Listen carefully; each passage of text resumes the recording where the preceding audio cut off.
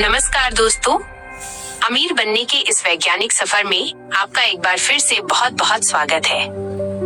पिछले अध्यायों में हमने समझा कि अमीर बनना किसी किस्मत का खेल नहीं है, बल्कि ये एक सटीक विज्ञान है। हमने विचारों की शक्ति को समझा और ये भी जाना कि प्रभावी कर्म कैसे किए जाते हैं। लेकिन आज हम उस सवाल का जवाब देंगे जो हर इंसान के मन में कभी न कभी जरूर आता है। क्या मैं सही काम कर रहा हूँ? क्या मेरा व्यवसाय या मेरी नौकरी मुझे वो दौलत दे पाएगी जिसका मैं सपना देखता हूँ? आज का हमारा विषय है सही व्यवसाय का चुनाव। अक्सर लोग सोचते हैं कि वे अमीर इसलिए नहीं हैं, क्योंकि वे गलत प्रोफेशन में हैं। आज हम इस धारणा को विज्ञान की कसौटी पर परखेंगे।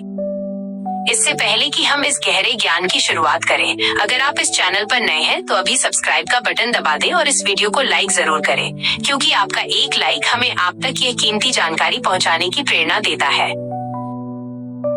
किसी भी व्यवसाय में सफलता आंशिक तौर पर उस व्यवसाय के लिए आवश्यक गुणों और योग्यताओं को विकसित करने पर निर्भर होती है। संगीत की योग्यता के बिना कोई भी संगीत शिक्षक के रूप में सफल नहीं हो सकता।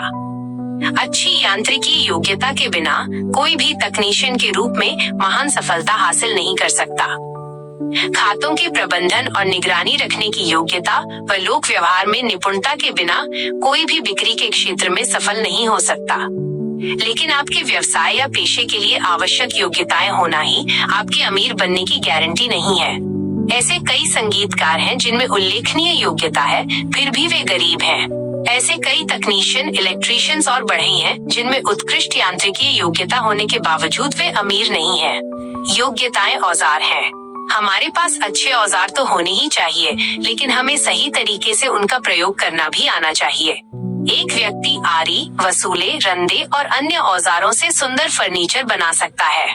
दूसरा उन्हीं औजारों से वैसी ही चीज बनाना शुरू करता है, लेकिन अगर उसे ये पता न हो कि उन अच्छे औजारों का प्रभावशाली प्रयोग कैसे करना है, तो उसका बनाया उत्पाद घटिया ही होगा।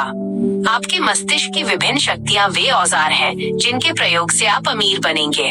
इसलिए अगर आप में किसी व्यवसाय के लिए सही मानसिक औजार है, तो आप अधिक आसानी से सफल होंगे।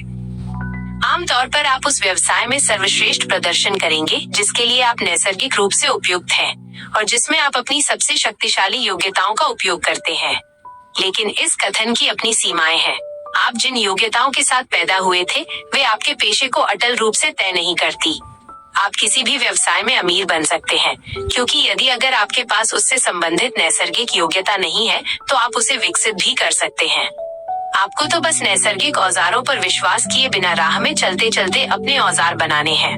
किसी ऐसे व्यवसाय में सफल होना आपके लिए अपेक्षाकृत सरल है, जिसके लिए आपने पहले से ही योग्यताएं विकसित कर ली हैं। लेकिन चूंकि आप कोई भी बुनियादी योग्यता विकसित कर सकते हैं और ऐसी कोई योग्यता नहीं है जो हर व्यक्ति में किसी भी स्तर पर न हो, इसलिए आप किसी भी व्यवसाय में सफल हो सकते हैं। वास्तविकता ये है कि आप जो भी करना चाहते हैं कर सकते हैं। ये आपका अधिकार है कि आप उस व्यवसाय या पेशे में जाएं जो आपको अपने लिए सबसे उपयुक्त और सुखद लग रहा हो।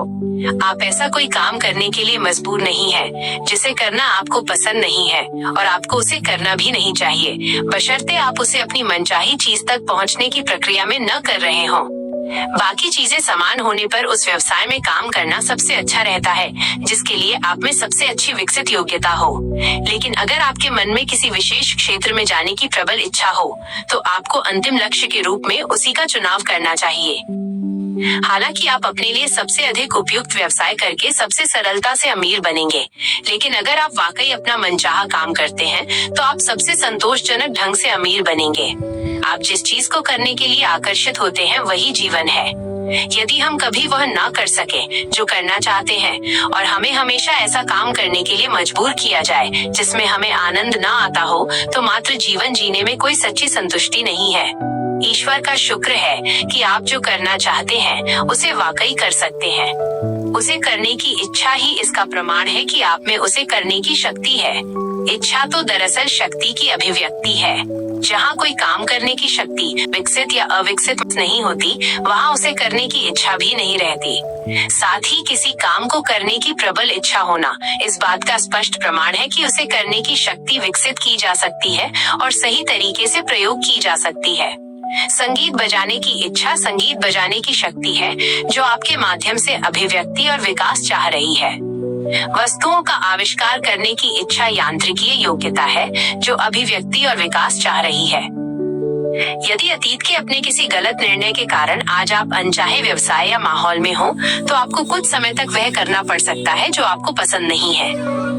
बहरहाल, आप इस एहसास से सब कुछ अधिक आसान बना सकते हैं कि आप इस समय जो कर रहे हैं उससे आपके लिए भविष्य में मनचाहा काम शुरू करना सरल हो रहा है।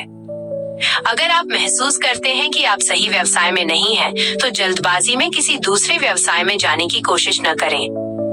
आमतौर पर हमारे व्यवसाय या माहौल को बदलने का सबसे अच्छा तरीका होता है विकास। पद के लिए आवश्यक चीजों से अधिक करना जब तक कि माहौल बदल न जाए। तो कभी भी अचानक या क्रांतिकारी कदम न उठाएं जब आपको ऐसा करने की बुद्धिमानी पर शक हो। दूसरी ओर, अगर अवसर आपके ठीक सामने आ जाए और सावधानी से विश्लेषण करने पर आप इस नतीजे पर पहुंचे कि ये सही अवसर है, तो अचानक और क्रांतिकारी परिवर्तन करने से घबराएं भी नहीं। सृजनात्मक धरातल पर कभी जल्दबाजी नहीं होती और अवसर की कमी भी नहीं होती। जब आप प्रतिस्पर्धी मानसिकता से बाहर निकल आते हैं तो आप समझ जाएंगे कि आपको कभी भी जल्दबाजी में काम करने की आवश्यकता नहीं है। कोई दूसरा आपकी मनचाही चीज करने में आपको पीछे नहीं छोड़ रहा है। हर चीज सबके लिए प्रचुरता से उपलब्ध है। अगर एक जगह चली जाती है तो थोड़ा आगे दूसरी बेहतर जगह आपके लिए उपलब्ध हो जाएगी। समय की प्रचुरता है। जब भी शंका हो, प्रतीक्षा करें। अपने सपने के मनन में जुट जाएं और अपनी आस्था व इरादे को और सशक्त कर लें। और हाँ, शंका व अनिर्णय के दौर में कृतज्ञता विकसित करें। एक प्रज्ञा है जो वो सब कुछ जानती है जो जानने योग्य है।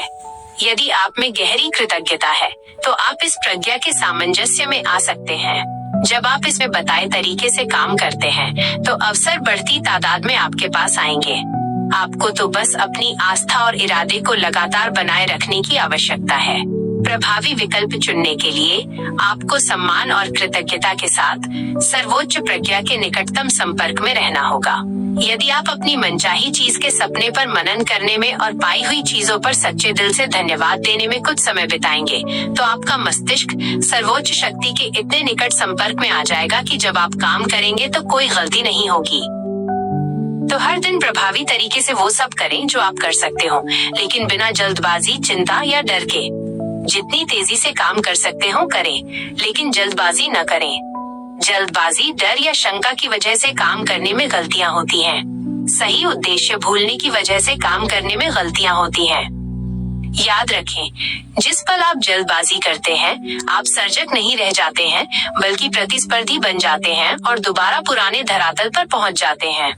जब भी आप स्वयं को जल्दबाजी करता देखें, ठहर जाएं। अपना ध्यान अपनी मनचाही चीज की मानसिक तस्वीर पर केंद्रित कर लें और आप जो पा रहे हैं उसके लिए धन्यवाद देना शुरू करें। कृतज्ञता का अभ्यास हमेशा आपकी आस्था को शक्ति देगा और आपके इरादे को बुलंद बनाएगा। सारांश में कहें तो बाकी चीजें समान होने पर उस व्यवसाय में काम करना सबसे अच्छा रहता है जिसके लिए आप में सबसे अच्छी विकसित योग्यता हो। लेकिन अगर आप में किसी विशेष क्षेत्र में जाने की प्रबल इच्छा हो, तो आपको अंतिम लक्ष्य के रूप में उसी का चुनाव करना चाहिए। अगर अवसर आपके ठीक सामने आ जाए और सावधानी से विश्लेषण करने पर आप इस नतीजे पर पहुंचे कि ये सही अवसर है, तो अचानक और क्रांतिकारी परिवर्तन करने से न घबराएं।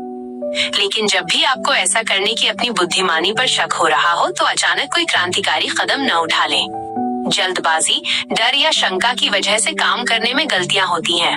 सही उद्देश्य भूलने की वजह से काम करने में गलतियां होती हैं।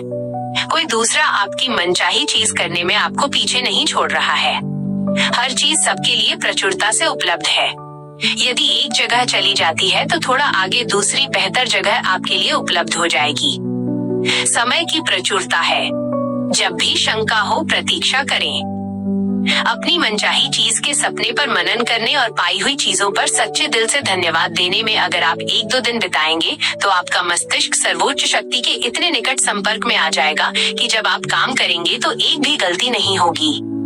अगर आप आज इस विशेष तरीके को अपने काम में लागू करने के लिए तैयार हैं, तो हमारे चैनल को सब्सक्राइब करें और इस वीडियो को लाइक करें। कमेंट में बताएं कि आपका मनचाहा व्यवसाय क्या है। अगले वीडियो में हम चर्चा करेंगे बढ़ोतरी का प्रभाव के बारे में, जो आपको बताएगा कि कैसे आप जहां भी जाते हैं तरक्की को अपनी ओर आकर्षित कर सकते हैं। इसे मिस मत कीजिएगा। धन्यवाद।